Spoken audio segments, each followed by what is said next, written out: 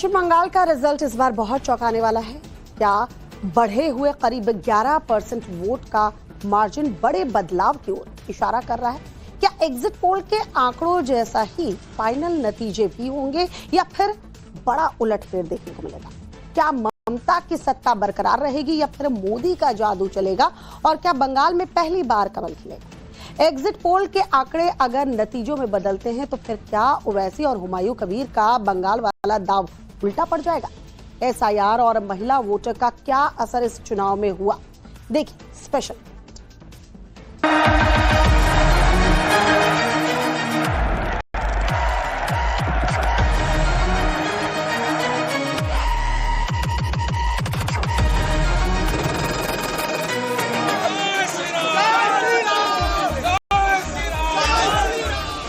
Plus BJP अच्छा majority से भाजपा सरकार बन रहा है मोदी जी का नेतृत्व। हम लोग 235 प्लस और बीजेपी विल नॉट क्रॉस 50। पहली बार एक राष्ट्रीयता के मुद्दे पे बंगाल में राष्ट्रवादियों का सरकार बनना तय है। मेरा मानना है एग्जिट पोल कुछ भी दिखाए, बंगाल के अंदर भी भारतीय जनता पार्टी की सरकार बनी। क्या 4 मई को पश्चिम बंगाल में ममता बनर्जी चौका लगाएंगी या फिर बीजेपी बंगाल में दीदी के विजय रथ को रोककर इतिहास दर्ज करेगी? क्या बंगाल में वोटिंग प्रतिशत बदल देगा चुनावी समीकरण? क्या चुनाव में महिलाओं का वोट बनेगा गेम चेंजर? बंगाल पर किसका एग्जिट पोल सही और किसका एग्जिट पोल गलत साबित होगा? आखिर बंगाल की सत्ता की चाबी किसके हाथ लगेगी? एक और नरेंद्र मोदी की रणनीति से सजी भारतीय जनता पार्टी है तो दूसरी ओर ममता के नेतृत्व में दमदार टीएमसी। 4 मई को इस हाई वोल्टेज मुकाबले के नतीजे सामने आएंगे, लेकिन उससे पहले दोनों खेमों का आत्मविश्वास चरम पर है। पोल ठीक है, मैं ग्राउंड का एग्जिट पोल बता रहा हूँ, 180 प्लस बीजेपी अच्छा मेजोरिटी से भाजपा सरकार बन रहा है मोदी जी का नेतृत्व। ये exit poll baseless, most of them are baseless. आप उनको उसको जो दिखा रहा है उसका 2000 लास्ट टाइम का रिकॉर्ड चेक कीजिए। वो लोग 2021 में बंगाल में क्या बोला था और क्या हुआ, वो एक बोला हुआ, अरे ग्राउंड रियलिटी के साथ उसका कोई संपर्क नहीं है। जो टीएमसी को दिखा रही है इसके मतलब उसका जो वो उसका ग्राउंड से सर्वे ठीक ठाक है। हम लोग 235 प्लस और बीजेपी विल नॉट क्रॉस 50। करो या मरो जैसे हालात में लड़ा गया ये चुनाव सिर्फ सीटों की लड़ाई नहीं बल्कि सियासी वर्चस्व की परीक्षा बन चुका है। लिहाजा दोनों ही दल अपनी अपनी जीत का दावा कर रहे हैं। इस बीच दूसरे चरण की वोटिंग के बाद ममता बनर्जी की ये तस्वीरें चर्चा में हैं। उन्होंने भवानीपुर के बगलामुखी मंदिर में दर्शन किया। सवाल है कि क्या एग्जिट पोल के आंकड़ों के बाद ममता दीदी को टेंशन हो रही है, क्योंकि बंगाल के ज्यादातर एग्जिट पोल में बीजेपी आगे दिख रही है। जेवीसी के एग्जिट पोल में बीजेपी को 138 से 159 सीट, जबकि टीएमसी को 131 से 152 सीटें मिलती दिख रही हैं। पी मार्क के एग्जिट पोल में बीजेपी 150 से 175 सीटें, जबकि टीएमसी को 118 से 138 सीटें मिलने का अनुमान बताया गया है। मैट्रिक्स के एग्जिट पोल में बीजेपी को 146 से 161 सीट, जबकि टीएमसी को 125 से 140 सीटें मिलती दिख रही हैं।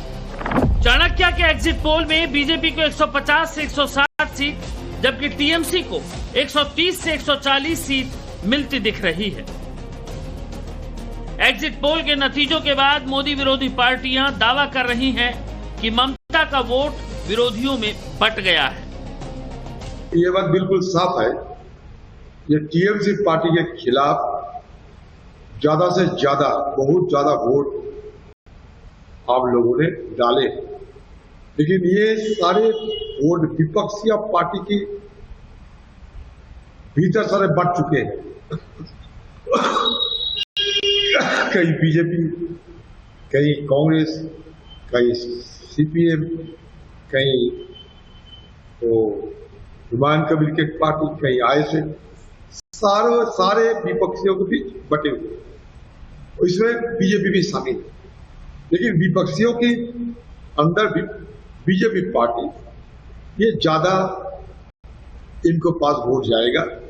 जिस तरीके का चुनाव बंगाल के लोकतंत्र खत्म हो गया है, एक समुदाय के मुसलमानों को टारगेट करके आप चुनाव लड़ रहे हैं। आसाम का मुख्यमंत्री बंदूक दिखा रहा है कि मुसलमान को मार रहा है, पूरा भारत खामोश है। आसाम के अंदर भारतीय जनता पार्टी की सरकार बन रही है। बंगाल के अंदर आप जिस तरीके से राजनीति कर रहे हैं, मेरा मानना है एग्जिट पोल कुछ भी दिखाए, बंगाल के अंदर भी भारतीय जनता पार्टी की सरकार बनेगी। हालांकि एग्जिट पोल के नतीजे हैं, आखिरी नतीजे 4 मई को आएंगे। अगर एग्जिट पोल के रिजल्ट रियल डेटा में तब्दील होते हैं तो ममता बनर्जी को करारा झटका लग सकता है। लेकिन क्या बम्पर वोटिंग इस बात की ओर इशारा कर रही है कि बंगाल अब की बार इतिहास बदलने वाला है? बंगाल में दोनों चरणों को मिलाकर कुल वोटिंग 92.4% हुई, जबकि 2021 में 81.56% वोटिंग हुई थी। 10.86% वोटिंग इस बार बढ़ी है। गौर करने वाली बात है कि वोट की धार और रफ्तार में ही एग्जिट पोल भी छिपा हुआ है। दरअसल आजादी के बाद अब की बार अगर बंगाल में सबसे ज्यादा मतदान हुआ है तो किसके लिए? 2021 के मुकाबले इस बार करीब 11% ज्यादा वोट पड़े हैं तो किसके पाले में पड़े हैं? इसको लेकर दोनों ही तरफ चुनावी गुणागणित जारी है। पहले फेज में 152 सीटों पर मतदान हुआ। जेवीसी एग्जिट पोल के मुताबिक टीएमसी को 49 से 57 सीटें, बीजेपी को 89 से 102 सीट मिल रही है, जबकि अन्य को 0 से 4 सीट मिलने का अनुमान है। पहले फेज में उत्तरी बंगाल की ज्यादातर सीटों पर मतदान हुआ। एग्जिट पोल में बीजेपी यहां और मजबूत होती दिखाई दे रही है, लेकिन दूसरे फेज में दक्षिण बंगाल में वोटिंग हुई है। दक्षिण बंगाल को ममता का गढ़ कहा जाता है, जहां बीजेपी ममता के तिलिस्म को तोड़ने में उतनी कामयाब होती नहीं दिख रही। दूसरे फेज में 142 सीटों पर वोटिंग हुई। जेवीसी एग्जिट पोल के मुताबिक टीएमसी को यहां 84 से 92 सीटें मिल रही हैं, जबकि बीजेपी को 49 से 57 सीटें मिल रही हैं। अन्य के खातों में 1 सीट गई। एग्जिट पोल के नतीजों के बाद अब सवाल उठ रहे हैं कि क्या बंगाल में ओवैसी का दांव उल्टा पड़ गया? क्या आखिरी वक्त में हुमायूं कबीर के दावे हवा हवाई हो गए? पहले फेज में 152 सीटों में 54 सीटें मुस्लिम बहुल हैं। दूसरे फेज में 142 सीटों में 31 सीटें मुस्लिम बहुल हैं। पहले फेज में 1 सीट अन्य को गई, जबकि दूसरे फेज में भी अन्य के खाते में 1 सीट है। तो साफ है ओवैसी और हुमायूं कबीर का जनता पर कोई असर नहीं हुआ। सवाल है कि क्या बम्पर वोटिंग के पीछे एसआईआर है? क्योंकि बंगाल में एसआईआर के बाद कई इलाकों में जहां ज्यादा वोट कटे हैं वहां बम्पर वोटिंग हुई। चौरंगी सीट पर एसआईआर के बाद 40% वोट कटे। 2021 में यहां 53.55% मतदान हुआ था। 2026 में 86.5% मतदान हुआ, यानी 33% मतदान ज्यादा हुआ। जोरासांको में एसआईआर के बाद 38% नाम वोटर लिस्ट से हटे। 2021 में यहां 49.99% मतदान हुआ, जबकि इस बार 86.5% वोटिंग हुई, यानी 2021 के मुकाबले 36.5% मतदान ज्यादा हुआ। कोलकाता पोर्ट में एसआईआर के बाद 26% नाम वोटर लिस्ट से कटे। 2021 में यहां 64.61% मतदान हुआ, जबकि अब की बार 89.4% वोट पड़े, यानी 24.8% ज्यादा। कोई किसी के मन में संदेह नहीं है, बंगाल में हो, आसाम में हो, भारतीय जनता पार्टी की सरकार बनना निश्चित है। वहां की जनता ने प्रधानमंत्री नरेंद्र मोदी जी को भरोसा किया है। आसाम में हम तीसरी बार सरकार सेवा करने के अवसर हमको देंगे आसाम की जनता, और पहली बार एक राष्ट्रीयता के मुद्दे पे बंगाल में, जो बंगाल भारत की सांस्कृतिक क्षेत्र है, सांस्कृतिक धरोहर का वाहक है, उस गंगा जी के पवित्र स्थान पे, गंगा सागर के पवित्र स्थान पे इस बार राष्ट्रवादियों का सरकार बनना तय है। आप ममता बनर्जी इतना सभा करते हैं, इतना, लेकिन उनके पास इशू एक ही था, SIR। 15 साल राज करने के बाद क्या किया वो बोलने का लायक नहीं थे, और क्या बाकी करेंगे वो भी नहीं है, केवल SIR। तो SIR को इशू बना के कोई चुनाव नहीं जीत सकता है, वही हालत उनकी हुई है। बम्पर वोटिंग की वजह जो भी रही हो, लेकिन जनता ने अपना फैसला दे दिया है और नतीजे 4 तारीख को सामने होंगे। लेकिन बंगाल के सियासी मैदान में 3 ऐसे रिकॉर्ड हैं, क्या वो फिर देखने को मिल सकते हैं? बंगाल चुनाव से जुड़ा पहला रिकॉर्ड विधानसभा में 100 के आंकड़े का महत्वपूर्ण पड़ाव है। 1972 से आज तक किसी भी प्रमुख विपक्षी दल ने इतनी सीटें नहीं जीती हैं। हकीकत में सत्ताधारी दल के पास हमेशा 2/3 बहुमत रहा है। दूसरा रिकॉर्ड साल 1977 से लेकर सत्ताधारी दल को किसी एक पार्टी ने नहीं, बल्कि राजनीतिक दलों के गठबंधन ने सत्ता से बेदखल किया।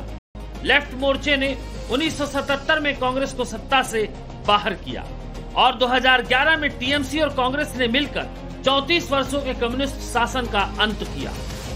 तीसरा रिकॉर्ड ये है कि जिसके ज्यादा लोकसभा सांसद उसी ने विधानसभा चुनाव जीता। 1977 में वाम मोर्चा के सत्ता में आने से पहले उसने कुछ महीने पहले लोकसभा चुनाव में भारी जीत हासिल की थी। सीपीएम ने 42 में से 17 सीट जीती थी, जबकि कांग्रेस सिर्फ 3 सीट जीत पाई। इसी तरह टीएमसी ने 2009 में पश्चिम बंगाल की 42 लोकसभा सीटों में से 26 सीटें जीती, जबकि सीपीएम सिर्फ 9 सीटें जीती थी। जिसके बाद 2011 में ममता राज्य की मुख्यमंत्री बनी। 2024 में टीएमसी 29 और बीजेपी ने 12 सीटें जीती हैं और 1 सीट कांग्रेस ने जीती थी।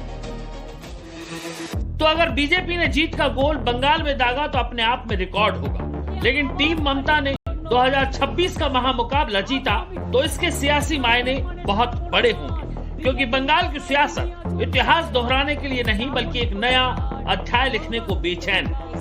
2026 के चुनावी नतीजे ममता बनर्जी का सियासी कद तय करने वाले हैं। अगर टीएमसी जीती तो ममता बनर्जी लगातार 4थी बार बंगाल की मुख्यमंत्री बनेंगी। जिस दौर में देश की सबसे पुरानी पार्टी कांग्रेस और क्षेत्रीय छत्र अपने किले को टीम मोदी से बचा नहीं सके, उसी दौर में ममता बनर्जी न सिर्फ अपना किला बचाने में कामयाब रहेंगी, बल्कि बंगाल के साथ साथ केंद्र की राजनीति में भी ममता की धमक गूंजेगी। ममता का सियासी कद और बड़ा होगा और केंद्रीय राजनीति में मोदी से मुकाबला करने वाली राजनेता के तौर पर वो उभरेंगी। 2029 के चुनाव में विपक्षी गठबंधन को सरकार बनाने का मौका मिला तो ममता बनर्जी पीएम की रेस में होंगी। क्षेत्रीय पार्टियों के नेताओं के बीच ममता बनर्जी एक बाइंडिंग पोस्ट बनकर उभरेंगी। साथ ही क्षेत्रीय छत्रपों के लिए कांग्रेस का विकल्प ममता बन सकती है। साफ है, बंगाल का ये चुनाव भरोसे, भय, सम्मान और बदलाव के बीच का है। ये चुनाव महज बंगाल की सत्ता के संघर्ष से ज्यादा लोकतंत्र के उस टर्निंग पॉइंट की आहट है जिसकी धमक पूरे देश में गूंजेगी। ब्यूरो रिपोर्ट, टाइम्स नाउ, नव भारत।